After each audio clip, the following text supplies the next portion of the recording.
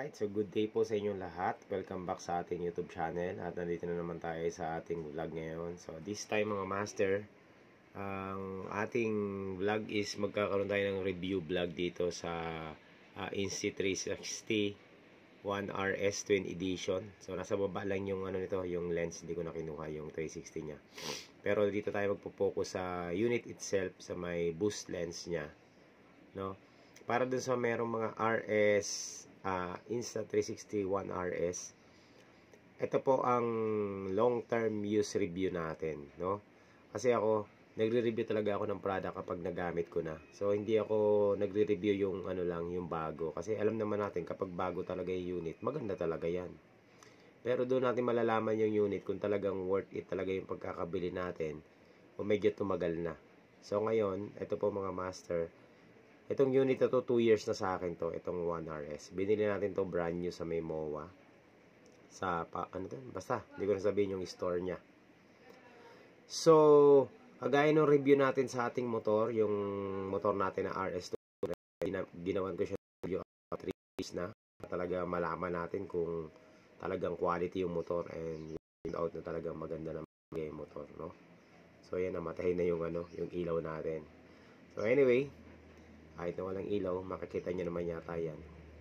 So, ito pong Insta1RS natin ay ginagamit ko natin siya daily vlog, no? Sa ating mga pinupuntahan.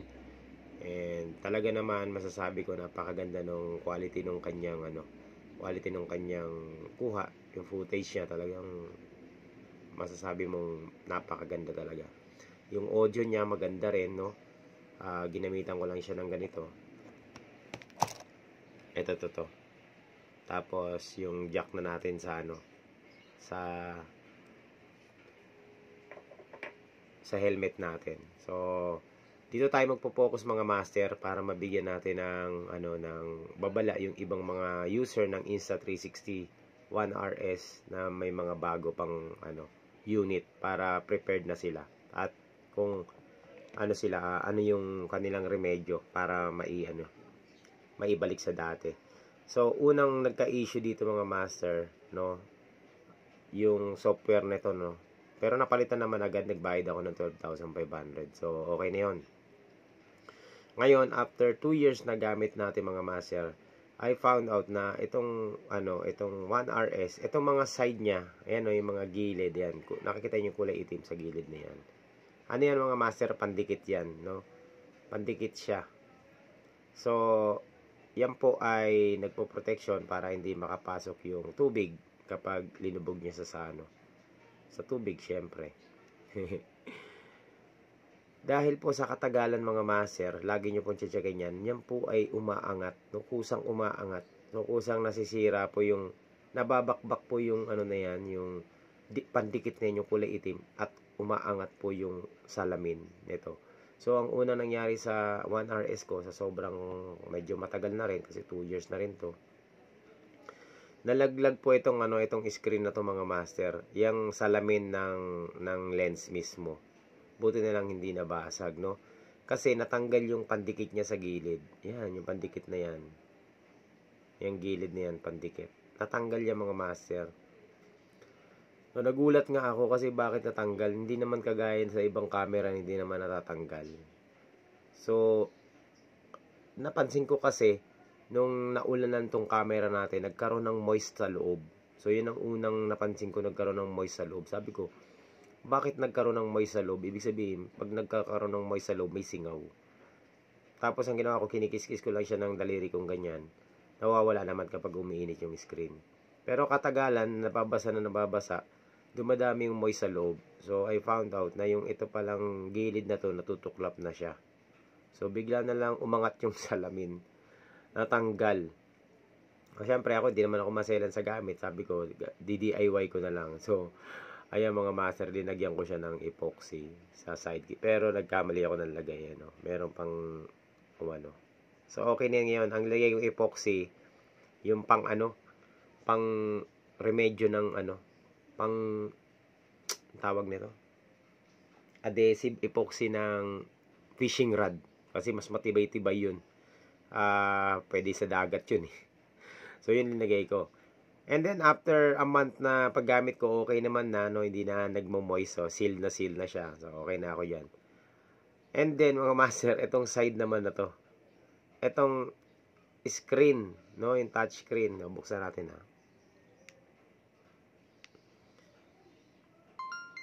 Yan naman, sa katagalan mga master, kung ano yung nangyari dito sa may lens, dito sa may lens part, ganun din na nangyari dito sa may sa side ng touchscreen, no, yung mismong monitor niya.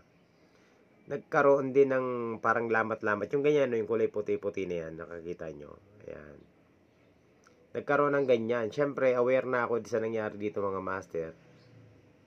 Nung una, maliit pa lang, pero habang nababasa, dumadami siya. So, until yesterday, no, nakita ko nakaangat na yung yung screen na yan. So, wala nang dikit mga master, natatanggal na yung dikit. Hindi ko na nabidyohan eh. So, ang ginawa ko, tinanggal ko na ng tuluyan yung screen. Etong salamin pala, yan, yung nakaikot dyan, yung salamin na yan. Diyan mismo nakadikit yung screen. Kaya dun, kung sakali matatanggalan kayo niyan, huwag nyong bibiglain yung paghugot. Kasi nakadikit yung screen dyan, baka mapunit yung flex. So, buti na lang yung sa akin, dinahandahan ko yung tanggal. So, nung natanggal ko siya, lininis ko siya. Tapos, pagkalinis ko, ayun, kung anong ginawa natin dito, yun din yung ginawa natin dito. Dinikitan natin ng, ng pang-repair ng fishing rod. So, umokay naman siya ngayon mga master, di na pumapasok yung tubig. Kaso lang, hindi ko na ibalik yung no, dapat pala, okay naman siya, hindi na siya sumisingaw. Kaso lang, ayan, parang may gap na ganyan, no. Pero yung gap na yan, okay naman yan. Kasi, ang ginamit pala nila dyan na pandikit, pwede mong gamitin dito pandikit. Alam mo yung pandikit sa cellphone, yung kulay itim. Dapat pala ganun ang dinikit ko.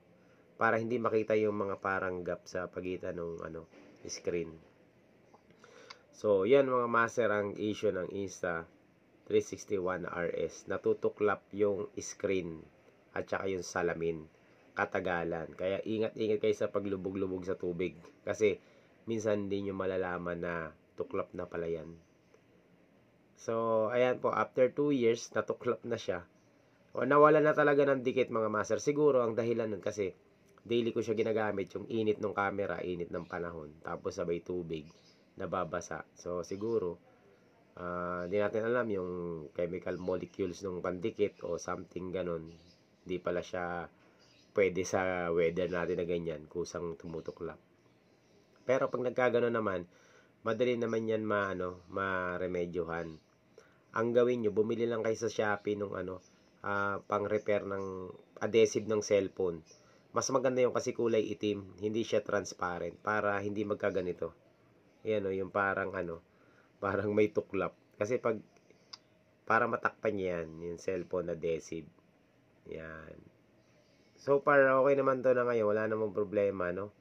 Hindi na siya pinapasok ng tubig kasi sinubukan ko siya kahapon maghapon. Umuulan, binabad ko sa ulan. Wala na yung nagmo-moist yung screen. So, ayan lang, aware lang, para maging aware yung mga may unit na ganito. Insta360 ONE RS, no? So, natutuklap po, mga master, after several years, yung eto, at saka eto, natutuklap yan, maniwala kayo sa akin. Ayan na, subok na yung mga master. Tsaka ito pala, ito pa isa. Para aware din sila.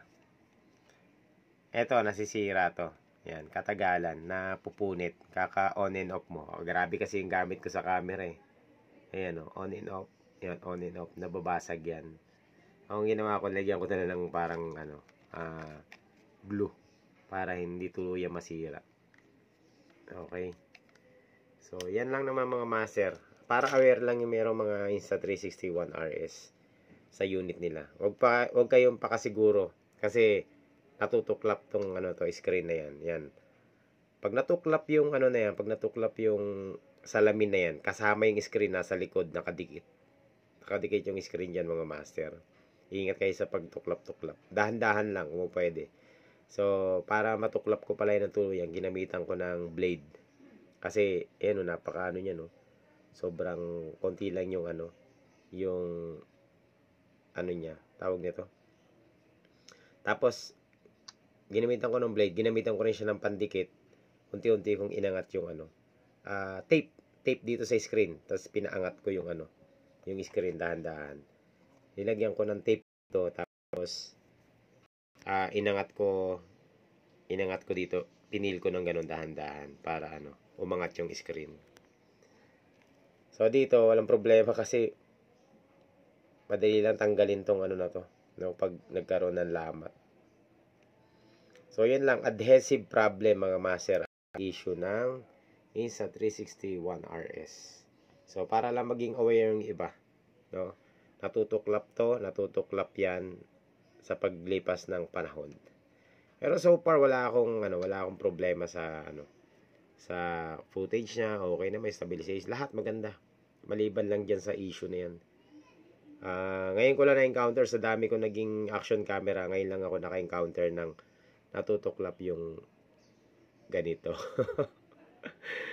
At nalaman kong dikit lang pala yan, na yung kulay itim, yung parang sa cellphone talaga na pandikit, yun ang ginamit nila. Okay, so yun lang mga master, sana may natutunan kayo dito. At dun sa may mga Insta360 One RS, comment lang kayo sa baba kung parehong meron kayong issue ganun din. Alright, bye bye.